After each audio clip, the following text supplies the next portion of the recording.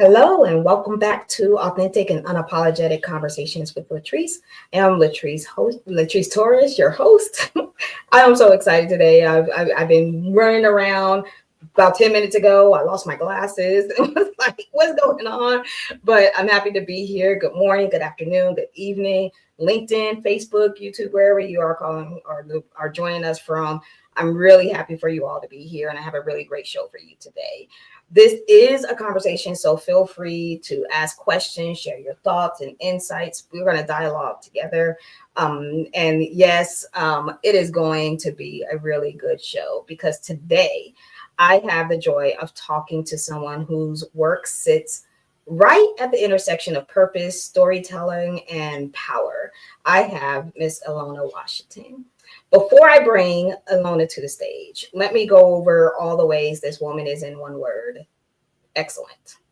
So let me get my notes up here because I got to read this and I want to make sure I get everything right.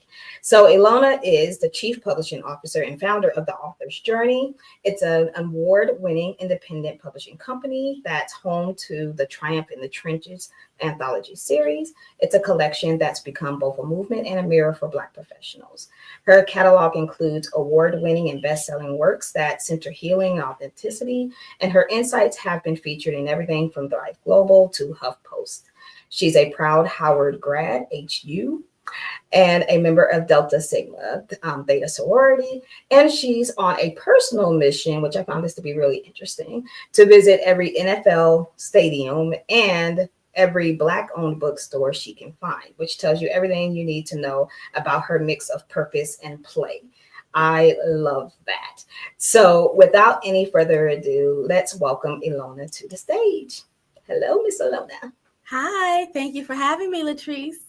Thank you for agreeing to be here and do this with me. We have some great conversations, and I'm excited for everybody to be a part of those conversations today. So, yeah.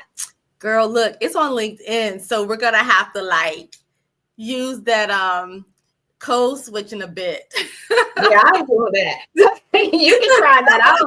I don't have that ability anymore. Part of what we're going to talk about is how we, pivot out of corporate. And one of those things that come along with doing that is turning off the code switch. Code switch, I don't I have get it anymore. So we here, like everybody who knows me, I'm a West Side Rider. I'm from Compton, California. I'm going to keep it 1000% all the time.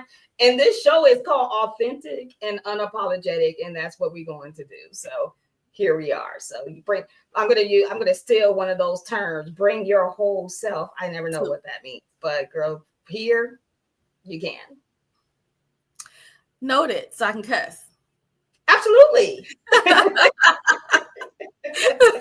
So y'all been warned. Just hold on. Just hold on. So welcome everyone. Hello. There's so many people. Miss Lisa. Hold on. The Lisa Hurley is in the house. So I'm always excited to see my good sis here. Yeah, and we're gonna really get into it and talk about a lot of different things. But before we get into all of that, I did your bio and everything, but I really actually want to learn a little bit something about you. And I want everybody else to learn something about you as well. So my question for today is, what is your favorite movie of all time and why? My favorite movie, and it's probably going to cause controversy in the chat, but my favorite movie is Love Jones, not Love and Basketball. Love Jones. Yeah. Lorenz Tate, enough said. Right. I don't think there's any controversy. Anybody got any controversy with that? There's this big debate, Love Jones or Love and Basketball, and it feels like our entire generation is more Love and Basketball than Love Jones. But I'm like, Lorenz Tate, have you seen how he's aging? I mean, like fine wine, but yeah, I'm with you on that whole entire thing. And so I actually find, I find Love Jones to have just been way too long of a movie. They could have wrapped it up and way less.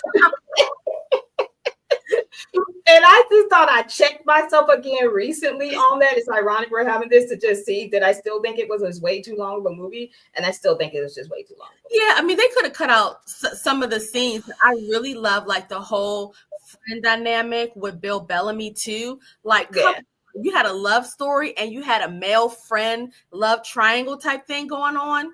Come on now. right, right, exactly. So I'm with you on that one. There's no controversy. Both great movies. So I love that. So thank you for sharing that. So let's really get into it. The first thing I really want to just talk about is just who you are. So before, when we were just talking about what are we going to talk about and what questions I'm going to ask, I really just want to first give everybody a good sense of who you are. I read your bio, but I want you in your own words. Who are you? Who are you? Who have you been? Who are you now? How have you gotten here? And then we'll go from there. That is always such a loaded question, especially if you're Isn't a it? mother, because you Mhm, always lead with, I'm a mom. But you mhm. know, my kids are grown, so I'm team F them kids. So I would say Ditto. look, you said authentic and unapologetic. Shoot. Look, So um I'm the first one to tell you I have a favorite kid, but we'll talk about that later. So go ahead. I have a favorite boy and a favorite girl. I got two kids, a boy and a girl, and I keep it like that. Right. So honestly though, I would say that I'm an overcomer. Like, if I'm a Me Too survivor and a survivor of a whole host of other things, but if I told y'all how early my abuse started, we'd be on here boohooing. So we're not going to get into that. But from someone who was abused so young and is 54 right now, like, you know how people say, who were you before the abuse? I have no freaking idea. Right, So right. you're looking at somebody who has known nothing but abuse, emotional abuse, very little physical abuse, but some of that too, right? But who Mhm, has still managed to have joy, to grow, to mature, mhm, introspection, to raise some wonderful children. mhm, Just when you think about sharing your testimony, I feel like I mhm. am the testimony. I had a male friend when I was living in Charlotte, and he read, I was part of an anthology, and he read my chapter and he said, "How are you not on drugs?" And I'm like, I don't know. I don't know. But Okay, if power to pain, turning pain to power. yeah, absolutely, absolutely. Mhm, So mhm. despite everything that I've been through, I still want to help others. It didn't shape me. Mm, It didn't turn me into a cruel person. You know, you'll never hear me say I hate black men or all black men, because not all black men abuse me, right? So right. I'm just not that type of person. I just want to spread love and joy and healing. I love that. I love that. And that's what I get and hear from you at all times. So thank you for sharing that testimony. I appreciate that. Um sorry, I have a little tear that came to my eye. Sometimes I Oh, get overwhelmed in some things. So um yeah, thank you for sharing that. But it's I get emotional. You were saying you were like, I don't know how I'm going to show up, and I'm like that too. I don't know how I'm going to show up, and then I just show up, and I think that's what we have to do, right? Yeah, at least I said you have lived your life in the spirit of triumph, sis. That is true, and that leads me to kind of my first question, to bring in triumph. And the reason why I'm tearing up is because I have been very emotional lately in terms of just that word triumph. As I've been going through this process with you to be a part of this next volume, that word has come back to me like over and over and over again, because that, I think, is a story of a lot of our lives, especially us who have survived being in these trenches. It has become something that it's almost like the word itself is symbolic of how we exist. So tell me, how did you get to this point of saying, I want to do specifically this project? so The very first time I ever shared my story, it was in an anthology because I was afraid of what other people would think or how they would judge me if they knew my entire story. So I Mhm. tested the waters in an anthology. But I've done more over the years. Mhm. So I'm on LinkedIn and I'm watching all of these stories of all of these Black women, and they're coining phrases I'd never even heard of: psychological safety, racial gaslighting, um, Mhm. racial battle fatigue, pet the threat by Dr. Keisha M. Thomas, and I Mhm. had never heard those terms before. And when they were sharing their stories, I was like, oh, it's not me. As much as they try to make you think that you're the problem, even when you try to walk in there trying to be all nice and helpful and never want to cause a stir, but there's still this underlying tension or problem, and then they lay you off or they fire you. And then you're thinking, like, what did I do wrong? Like, I cannot figure it out. So Mhm. once I got a grasp that it wasn't me, it's their perception of me, it Mhm. made me think the best way for other people like me, deer in headlights, who have no idea and who were raised to think that because of desegregation, we were accepted and welcome and we could thrive and do well and climb the corporate ladder, to take those rose colored glasses off and see exactly what could be in store when you accept that job. The best way to do it is from an anthology, because I could have written my book, thousands of people could buy it. But Mhm. then I would say maybe 40% could be like, well, this doesn't apply to me. Her mom, her parents were Ivy League graduates. She didn't grow up in Compton. You know what I mean? So Right. I Right. so I found a collection of Black men and women who were from the inner city, who were suburban, who had Mhm. Ivy League parents, who were the first generation to go to college. So there's no excuse. It doesn't matter who you are or where you're from. We're all going to be going through this. Yeah. I love that. And that reminded me of a moment actually talking with Lisa Hurley now, probably about 3 years ago, as she was, starting to formulate the Great Exhale. And we were trying to land on like how to describe that, like in which you just did like really, really beautifully, and landed on, instead of using the term that gets thrown around all the time, like-minded.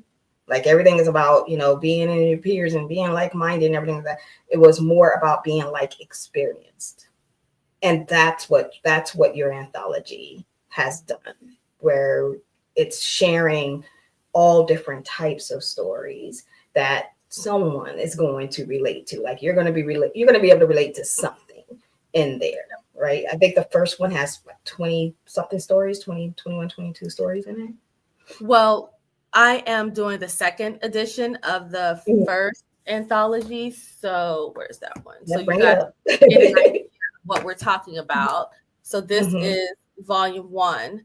So it's going Okay. to have fewer stories, and I'm also adding a new author in there, Dr. Carrie. She is in 2 and 3, but her Okay. experience growing up in Mississippi and then having the culture shock of actually working in like the Northeast Massachusetts or something, and then Oh. coming back. Can you imagine? And then coming back to work in Mississippi. Mm, I can't. mm, I that's can't wait for her. traveling. That's like moving to another planet. Exactly, exactly. And Exactly. so her stories and like her learning experience and everything that she went through in Mississippi and in Boston, I think is where she was. I Mm, was like, yeah, you need to be in the first one too. So the first volume is going to have about 14 stories, I think, and the okay. second one has about 10, and this one Mm, has about 14 or 15. The third one.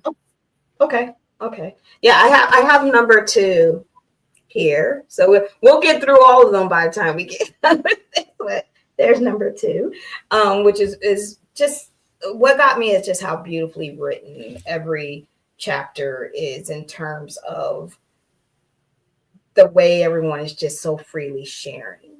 And I think that's the most beautiful thing about this particular anthology, that, I predict it's going to be much bigger along, and as time goes by than I think any of us really realize, because when have we gotten this type of insight and vulnerability just kind of given and putting out there for us? I'm not sure I know of this being done in this way. And I could be wrong. That I could be wrong, but I different, lots of different stories and different things like that. But I don't, but not like this. This is different. Oh, thank you. Thank you. I actually push my authors Mm, to go a step beyond. I mm-hmm, have, one author, she was in the first one, she wrote her chapter to the second one, and I was like, no, sis, we're going to have a talk. And mm-hmm, because she's very authentic. Like, she mm-hmm. wears red hair, she has long nails, Dr. Mary. And Mhm. honestly, like deep down, I want to be like her. Like, I had colored my hair red, and I was like, oh my God, this is the perfect color for me. But I kind of like chickened out and I went back to my black hair, right? But she is Yeah, unapologetically that's it. authentic. Like, Look, she look, is like look, look. real, right? And so Right. I was like, this chapter doesn't isn't like this red haired woman that I'm talking to. So we got to the root of how she became so authentic at such a young age. And it started with losing her dad at a young age and rebelling, and then finding herself during college. And I'm like, can you imagine if, you know, we have found ourselves in college, or just decided to become unapologetically authentic during college, how our world would be different? Like Different. that, that's amazing. Yeah. That's the most exciting thing to me. Like, I wish I would have had something like this way back, like 20, 30 years ago, not to age myself, but I would have loved this.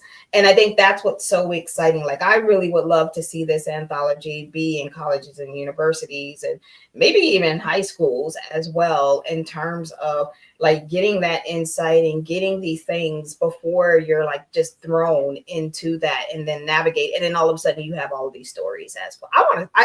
My wish is that we don't have these stories anymore. That would be the greatest thing. But Yeah. unfortunately, people. So we So, do, yep, we do have an author. You're going to be talking to them all in the next few weeks or so. But Shakira, she's a professor, and she has the anthologies as an optional read. And the mhm, feedback she's getting from the students is exactly that. Like, mhm, she was in another one about mental wellness, and then the students told her that they had more empathy for their parents and their mhm. aunties and stuff, because they could see how there were some parallels, right? But with Yeah. the triumph thing, exactly that. So like, you're coming, it's like you're putting on your armor and your shield, because you're like, one thing they love to do is smile in your face, right? And tell you that Yeah. everything is fine and everything is perfect, and then Mhm, behind your back, an entirely different story. mhm, This mhm. series dismantles all of that. Like, you're not gonna fall for the okey doke. Right. Right. You can't. You just said something significant in there when you said that they could see and relate to their moms and aunts and and uncles and everything because of these stories, and not realizing, a lot of times young people forget that the older generation was once the young generation as well, and when, and that term been there, done that, like, is a real thing. Like, we're not just saying that. And this puts that into reality, and again, and with so many different authors contributing to that, I think that's almost like what validates it. Like, these books are like more, they're case studies, they're stories, they're like a whole lot wrapped up into one, Yeah, which, I just love that about this. I wanted to remove the excuse, oh, that doesn't apply to me because I'm no, you're gonna find yourself in several of these stories. Like, it's Mhm. guaranteed. Oh yeah, no, it's definitely guaranteed. There, you have these moments. I know I did, and where I'm reading it and I'm like, the Truman Show, like, how they know we did this, like, and then you stop to realize of how behavior has become so ingrained. Even when we started this particular show and started talking about code switching, even that type of behavior becoming something that is just so accepted that there are people who don't even realize that that is happening anymore. Like they don't even. I've said that term to some people in some settings, and it's the first they've heard that term, and I've had to explain that. And I'm like, there's no way that that's possible, but it is possible. So like putting these things down and having them, this is again, it's a resource, and that's the beauty of this entire anthology. So I'm probably going to thank you for this anthology like 25 times throughout this whole thing, but thank you again for that because it's beautiful. Thank you. Thank you. Yeah. So across all three of the volumes, there are themes and lessons that I think stand out to me. But being the editor of this, what themes and lessons have really stood out to you?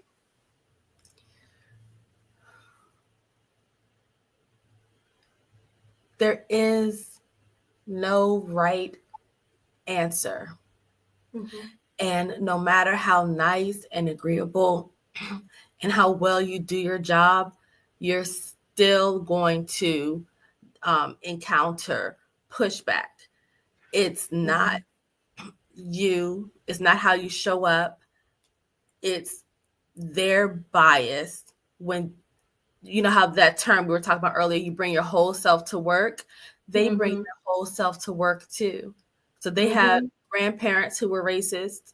They had Mm-hmm. parents who told them, oh, all Black people are dumb or they don't get no education. But here comes you, and you have your bachelor's, your master's, you're getting your PhD, and their whole frame of self has been, I'm better than them because, but then Mm-hmm. here's this Black woman who comes in who is look better, who's more poised, who speaks well, and who's getting her PhD, and that just Shattered. dismantles their self-worth. And so Mm-hmm. instead of checking themselves and doing their inner work, they take it out on you. And there's Mm-hmm. nothing that we can do about how they react to us. Right. Right. Exactly. And it's I forgive the audience, forgive me if you've heard this story before, but I think the first time that I realized that was happening was so blatant. Usually there's like, the microaggressions. I hate that word too, but it typically they're very passive about it. But in this particular case, we were told, this was the instruction, that we were going to have a leadership team meeting and to bring your strategy for the next year. Now, what does that sound like to you? Like, you will bring a strategy, right? Like you will come prepared to Right. talk about a strategy. That sound like something you would prepare for. So I prepared. I had a whole slide deck, I had a whole thing, prepared to go through my strategy. I get there, I go through it, and of course, being the only sitting at the table, and it was a bunch of white women, and I had a white male boss. And one of the white women turned around to me and she said, and put her hand on my hand. I think this is the part that really messed me up. She actually put her hand on my head and said, "My dear, I think you need to lower your output." And I was like, "Oh, you bold with this, like you're not even going to try to Wow. not." And I was like, "Are you that fragile in this moment? Like, is that how fragile do you have to be to do that?" And luckily, the boss was like, "Yeah, that's exactly what ain't going to happen. Like, what you're going to do is you're going to get your shit together and you're going to come back and we're going to have this meeting again." But it just was, it was the moment, like I've always known it, but it was like just blatant. This is how sad we are. And I just couldn't believe that it happened so blatantly like that. And Mhm. that's the thing. It's just, yeah, right, Lisa, the caucasity, absolutely. Like Exactly. this, so crazy. I want to put up this comment, And unfortunately, it's coming up LinkedIn user. I'm gonna say user. So whoever made this comment, please put your name in so we know who to give this credit to. But it says theories might give you understanding, but only authentic stories and true experiences will prepare you for life. We must teach from that perspective. My generation certainly was not prepared for this horrendous open season on Black women in corporate and the professional world in general.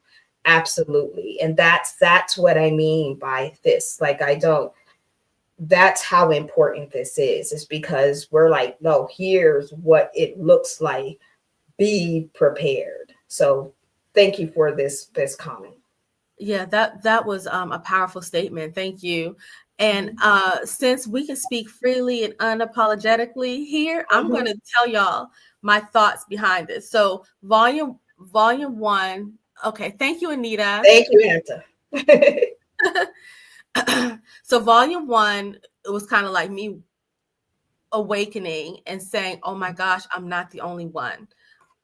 When I started recruiting for volume two, it was around June or July, and they announced that Kamala Harris was going to be on the ticket. I was like, oh, we're going to lose.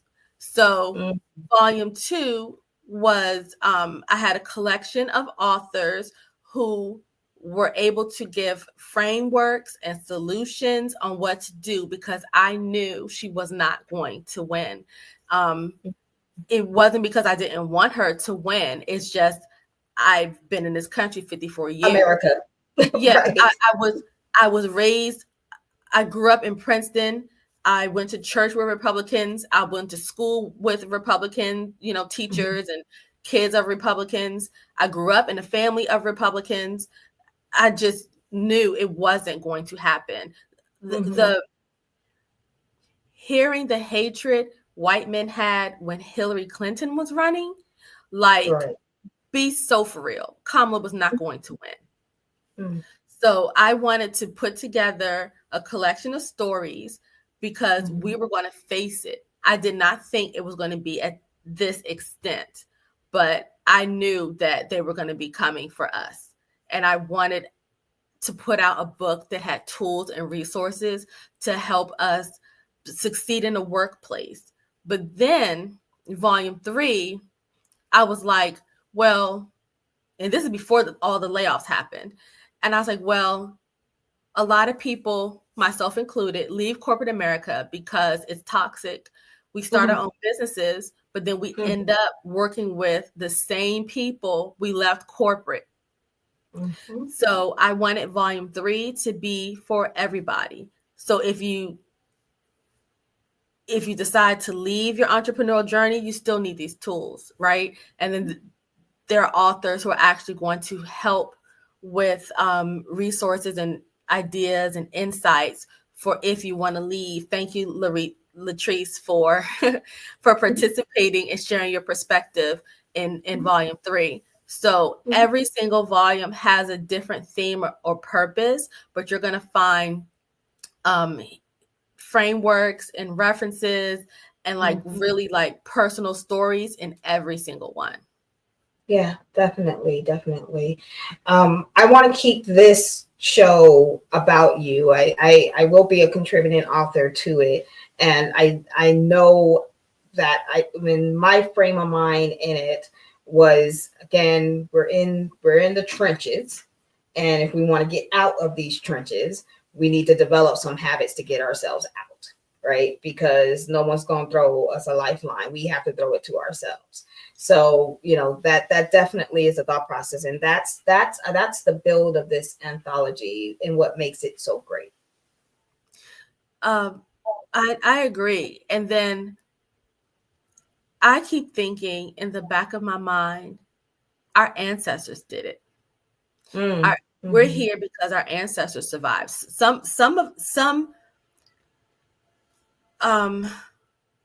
lines have been gone, right? Because they just didn't survive for whatever reason. But we're here. Our ancestors survived somehow. And I always think of the book Black Fortunes by Shamari Wills. Yeah. And the stories of how, 4 or 5 Black Americans became millionaires during emancipation. So we have no excuse. When we complain about the algorithm, seriously, sis, like, come on, Mhm. right? Our Right. ancestors endured worse. Mhm. They couldn't get jobs. They made a way. They sold watermelon. They sold peanuts. Mhm. My great grandfather owned a tobacco warehouse, but Mhm. it was destroyed in a fire. Mm. Mhm. Yeah, we had Yeah. land. That. That land is gone. They did it. They faced Mhm. worse obstacles, but they did it. But they did it. Yeah. My son this week was in Tulsa. And I was like, hey, you're in Tulsa right now. Go soak that in. Like, get out in the streets and go soak that in, because that's our history, no matter how hard they try to erase it, which has happened often, but our ancestors have made sure that they put at least some things in place so that those stories, even if they're oral, are passed down. And it's important that we continue to make sure that they continue to exist, especially in this day and age. But you're right. We feel like there's these external forces that are working against us. But honestly, we don't have any excuse, because it ain't chains and whips. Like, period. It ain't, right? And it's not.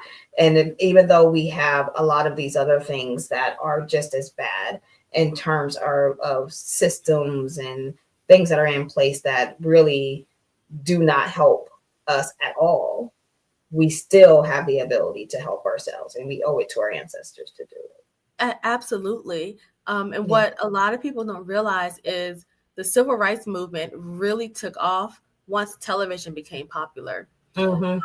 Dr. King, he was a master marketer. And he Mm-hmm. said, get yourself, when he was in jail, wrote a letter, get in front of TV, talk to journalists, make sure they can see what's going on. We have Mm-hmm. social media, we got the ability to screen record live, we Mm-hmm. have security systems, we have so many advantages that they didn't have. Right. And now we have the ability to share our stories in a book so other people can learn. if there's Mm-hmm. if we had these same systems when Black Wall Street and Tulsa was thriving, don't you Yeah. think that they could have flown to Atlanta, Chicago, New Jersey and said, hey, we did it like this? Mm-hmm. That's Mm-hmm. what this anthology is about. Yeah, definitely. Yeah, again, thank you for the whole entire thing, and just this opportunity that I hope people take advantage of. I mean, I know I plan to yell it from rooftops and everything on this, and I really really feel like others will too. I pray every day that there's an amplification beyond what we even can conceive. So I'm hoping for Oprah to see it and be like, I say this all the time to Lisa, but we just need one really good person to be like, this is the thing, right? Because that's how it happens. Unfortunately, we can do all the marketing and everything that we want, but we really do need people who have these really large platforms to use them correctly and not incorrectly, like some of these people are out here doing. We really need, more Tamika Mallory's out in the world, right? We need some of those voices to help with amplifying these stories, because they're worth being told. Period. Yeah. Yep, absolutely. And then, being in your community can be just as effective. Church has been a great like meeting spot for us. I Mm-hmm. saw a TikTok. There's a guy. Um, I can't remember the name of the website. I wish I could, but he wants to start using Black-owned businesses as meeting spots, Black-owned Okay. restaurants as meeting spots. Right. So this this whole community and this whole organizing, everyone says that we're resting. We're resting when it comes to the BS that they're doing, but we're getting our stuff together. Right. Like I said, we resting on, yeah. Look, so the Iconic project, the 92, Mm-hmm. is soon to be released, and I can't wait for that. But Tara Jane Frank posted on TikTok yesterday, like a teaser for it. And it was so interesting. The very first comment on the TikTok, and this might have just been timing that I was just lucky enough to see this like play out. But the very first comment was somebody, of course, anonymous, didn't have a picture or anything like that. But if you go into the profile, you know what they are. And Right. basically, their comment is, you didn't say what this is about. Now, I tell everyone to go out and look at this trailer that has been put out for the 92. And if it's for you, it's crystal clear what this project is about. Yeah. And so it was just so ironic that the first comment was, you didn't say what this was about. So you know me, because I'm petty. I'm right on there and I'm like, if it's for you, it's clear. Right. And so like it just became like this back and forth. But overwhelmingly it was more, positive comments and things like that. But it's just always somebody just kind of have to go in there and just throw some salt in there for absolutely no reason. And that's okay. Absolutely, yes. And I will tell you, when our books are on Goodreads, this Mm-hmm. people with no faces, no username, we'll just give it one Mm-hmm. star. We'll give it two Mm-hmm. stars. No comment as to why they do it. And it's just like something, that we're just going to have to endure. But those of Right. us who know. Right. And that's all that matters. Like, to your point, yeah, we resting on y'all, but we on ours for sure. And to quote the great Kendrick Lamar, they The not like us. great. The greats. Look, again, I'm from Compton, so the great Kendrick Lamar, they not like us. Like, it just ridiculous. So yeah, Anta said, if you don't know what the 92 is about, it's because you ain't part of the 92, boo. Absolutely. Absolutely. Absolutely. That part. So it's interesting. And the thing is,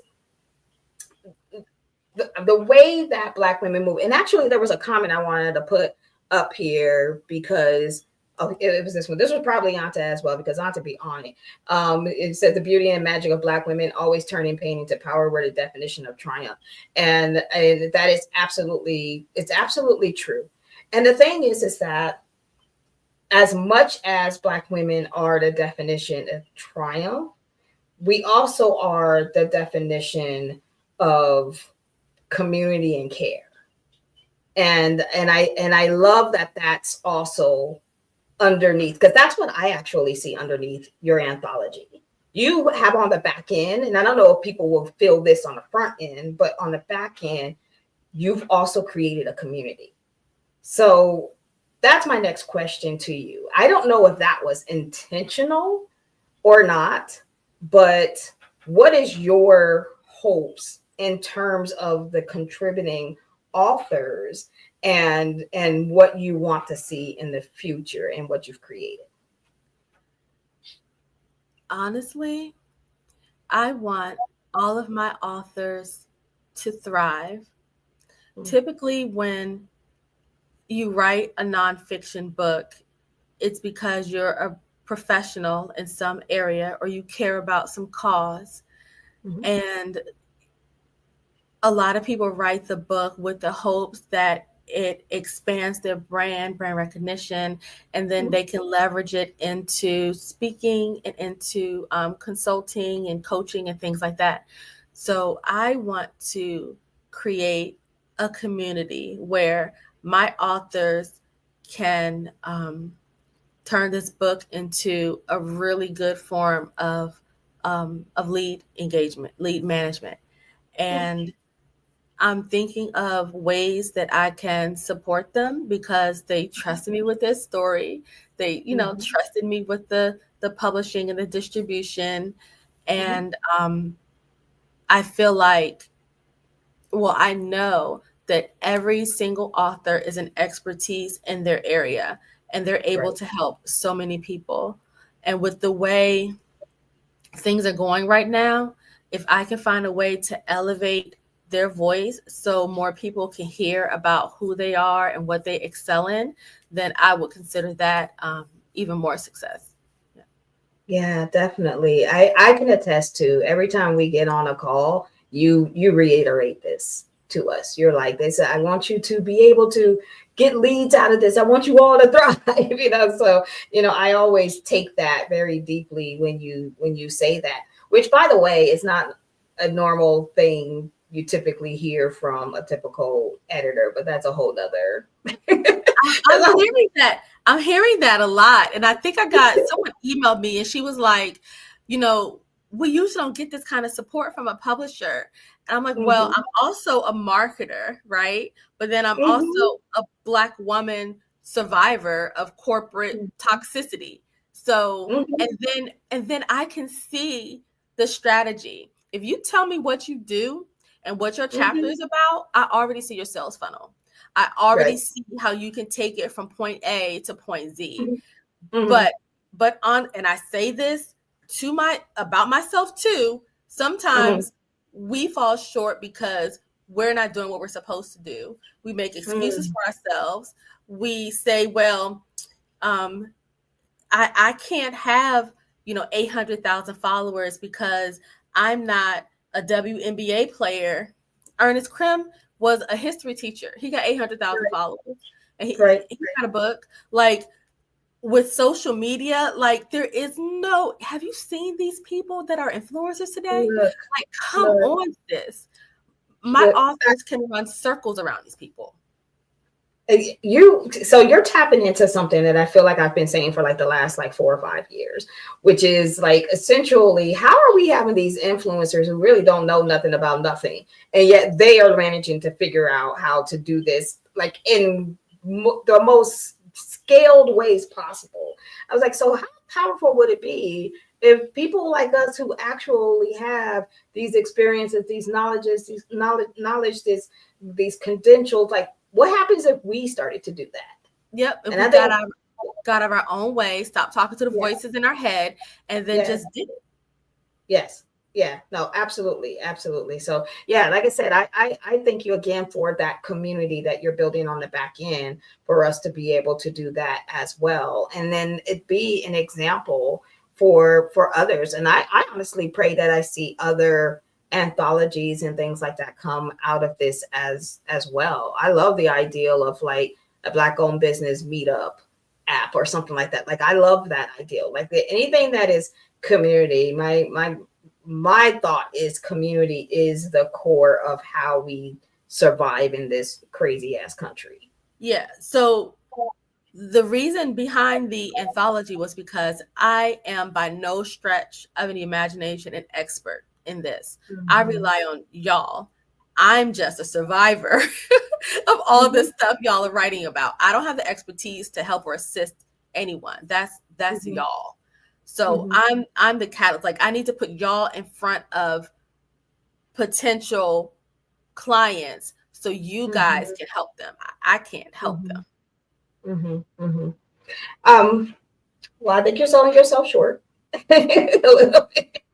I mean, if they want to write a book, I can help them with that. Right. But that's the beauty in what you do, right? Like, it's like when movies are made, like, we call it movie magic, but it's not magic. It's people with all different types of expertise on the back end making that happen. We see the actors and all the final results, but there is a shitload of people on the back end who make that happen. And like, that's you, right? You deserve every flower that there is to give, because without you wouldn't be able to do that. And like I said, you're not the typical editor, so that also plays a part in that as well. Is because you are like experienced and you understand the stories that we're telling and the advice that we're giving and the guidance that we're putting out there, because it's the advice and the guidance that you would have wanted to have going through this yourself. Absolutely. I read these stories. I'm like, oh my gosh, now I understand, what that's about. And I've always, and this is from being a little Black girl in Princeton, New Jersey. I always thought that they weren't jealous or intimidated by us at all because they're white. This is their country, right? But once I've seen the stories, like, there's no other explanation. for how they move towards us. And once I Mhm. started to understand that, because I used to be proud that my mom went to Princeton, and I used to have all these Mhm. conversations, but they didn't Mhm. have a lot of them, the majority of them didn't have the background I did. So Right. yeah, so I don't know. I just wish that they just did the work to Mhm. focus on themselves to make their Mhm. community better Mhm. instead of, oh my gosh, talking about listening to Black people or how Right. we, they need to be in our space to heal. No, your issue is separate from our issues. Y'all need your Mhm. own spaces and your own anthologies to unpack why you guys feel the way you do towards us. Right. Focus on yourselves. Right. You and I are very aligned on that. Be like, look, we'll be fine. Just if y'all leave us alone, we'll be even better. So, Exactly. like, focus on yourself. You don't need to do that. I don't have to go sit there and figure out and share my pain with you. We could just skip all of that. Yeah, we So, don't need yeah, no penny pieces on how you think about Black people and what we're feeling. And like you got your grandmama and your granddaddy raising you right. with some weird stuff. Unpack that on TikTok. Deal with Right, that. exactly. Do that. Yeah, exactly. I forgot who was it? I was talking to somebody recently who was saying how like how just culturally we all kind of live in our, our worlds, right? And we understand our our perspective. But there was something interesting. They were like, I grew up and I never had a depression story that was passed down in the family, like the Great Depression. And they're like, there are full, groups of Black people in America who do not have a depression story. The my family lost it all or gained it all, right? In the depression, like just literally do not have a story. And it was like, yeah, because there was some people who really just didn't even experience it. There was Black people in the South who were like, there's a depression. Like, wait, you mean you got to survive being broke? Well, we've been doing that. So like, what's the big deal, right? So like, yeah, it's just Like the farmers today. The farmers today. How the same white farmers thing, are up in arms. And I'm just right? like, this is how we've been living. Like, what are y'all complaining about? Right, right. We've been rolling like this. We did not get the grants. We didn't have any of that. We've been making it work. So roll up And your sleeve, yeah, pull and yourself up by the bootstraps. we're thriving. We didn't get those handouts y'all got. Right, exactly that. All right. So I always have a piece in here that's called Factor Cap. This is my shout out to Jasmine Crockett. She does this actually on the Senate floor, and I always find it to be hilarious. She's always like, "Okay, with this Factor Cap, just tell me you only get answer Factor Cap, right?" And so I built that into what I do in here. So let me get that together because I want to make sure that we run through that. But there's some good things that we can talk about in our last 12 minutes. So we're going to run through this edition of Fact or Cap. So the rules are very simple. I'll put up a statement and then you'll answer whether that is fact or cap. Cool? Got All right, it. cool. Let's do it. So Black women leave companies because they lack resilience. Cat. That's absolute cap. We didn't just talked about all of the different reasons, toxic cultures, microaggressions, burnout, all of those things, but it's not because we lack grit or resilience. Which again, another word. I always call that the R word. I'm like, don't come at me with that because I don't even want to talk to you about you cannot talk to me about resilience. Stop it. So yeah, that's definitely cap. All right. 340,000 Black women and 193,000 Black men lost their jobs in the first half of 2025. Fact. Absolutely. And I want to pause here because this is such a significant number, and I don't think we're talking about it enough. Like, I think we keep saying the numbers, but what's underneath all of that? We have all the different things. We know there's federal jobs. We know there's DEI rollback, which actually, I'm not even sure DEI rollback is really a contributor to that because in my 22 years of experience in DEI, I'm usually the only person who's doing DEI. The rest of that whole crew is a bunch of everybody else that is in that. So I'm not even sure that really is a contributing factor. It could be in some spaces, but again, I don't know about that. Your thoughts? N- no, I don't think it's because of DEI majority. I've seen white women who were in DEI spaces Mhm. shocked that they lost their job and they were DEI. Mm-hmm. Yeah, I've seen the white women, white men, Asian women. I've seen everything way more than I have actually seen black women and black men. Mm-hmm. So yeah, so that one I'm not sure of, but I think for me this is going to be something that I'm going to talk about more and more and louder because this is ridiculous and it's way past the extent of action and I honestly think that the ripple effect of this is going to be greater than what we're imagining right now. So yeah, y'all can What, look what forward do to you that. what do you think the effect is going to be? So what we'll see if black women are, and let me come out of this, if black women are pivoting out of the workforce, where do they go? We tend to start our own thing. Yes, that's exactly what happens. I think the ripple effect, I think it's a positive one. If I didn't make it sound like that, I think it's a positive one. I think we're going to see like this just crazy boom in black women millionaires. I think that's what's going to happen.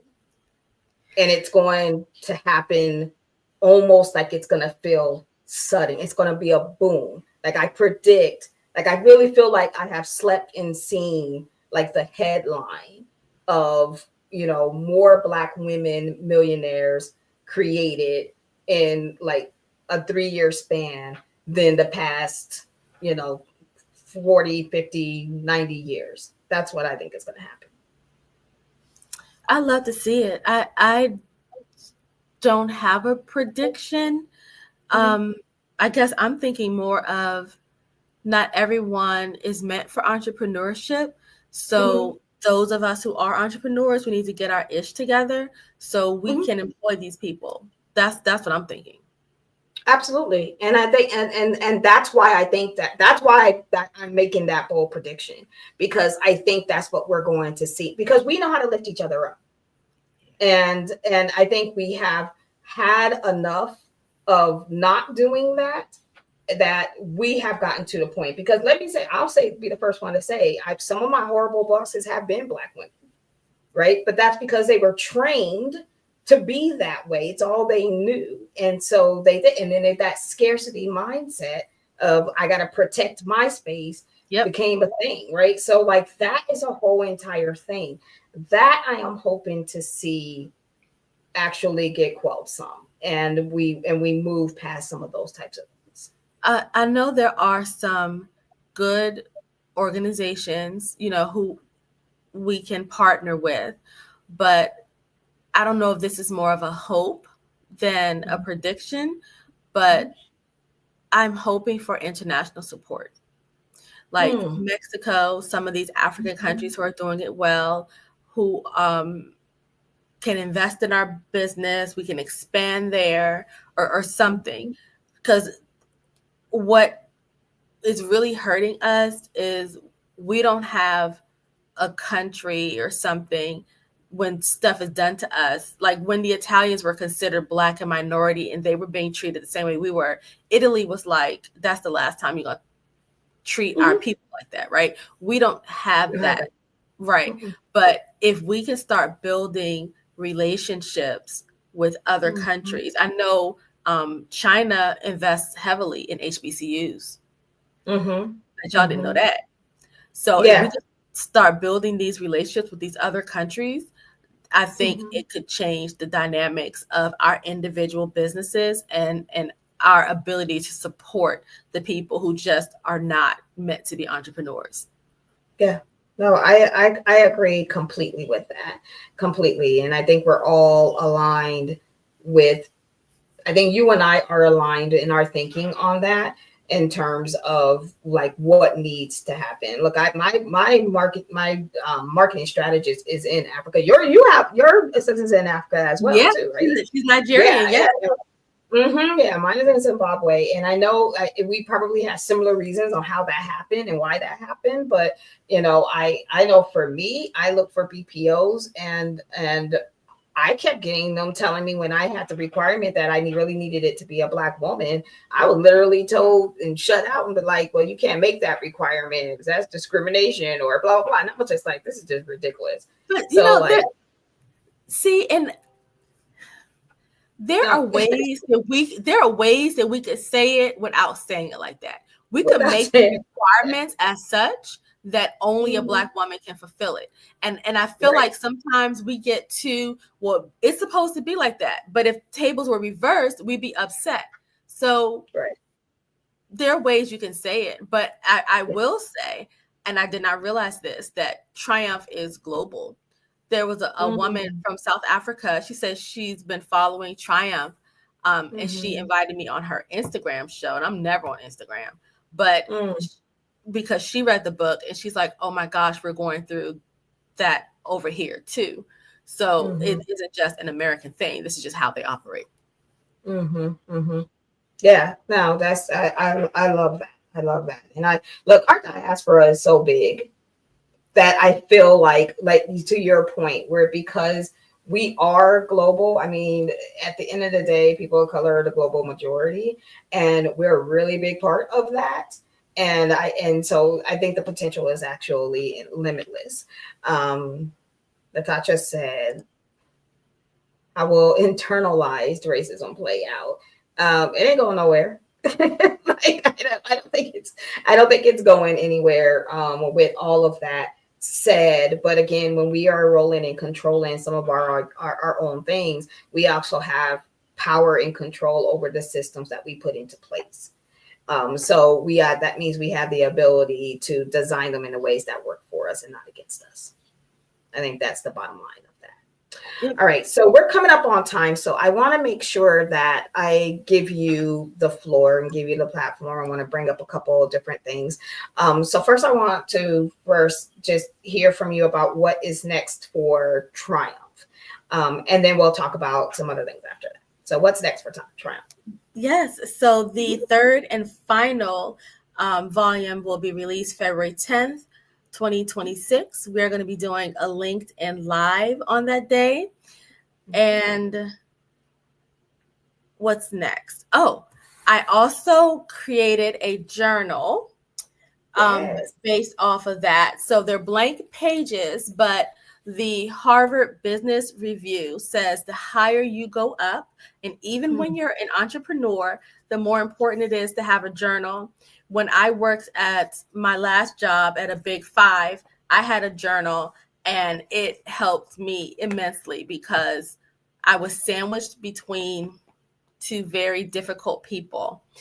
Let's see what's next. Later in the spring, we may be planning a summit, but more details on that later. So for now, get your copies of volumes 1 and 2, pre-order volume 3. You can get a t-shirt on my site, journeyimprint.com, and you can get a journal as well. Awesome, awesome. I love all the things. I like stuff. So wherever I can get stuff, so you can go to journeyimprint.com and all of the stuff is there. And you can go from there. And I think it's really, really, I love what you said about journaling. I'm a big proponent of journaling for so many different reasons. But more importantly, to just really capture in the moment. Like it's really, really important to capture in the moment and not by memory. So I love that you have a journal. So thank you for that as well. Let's end with some things about the author's journey. I want to make sure we talk about that as well. So let's tell everybody more about that.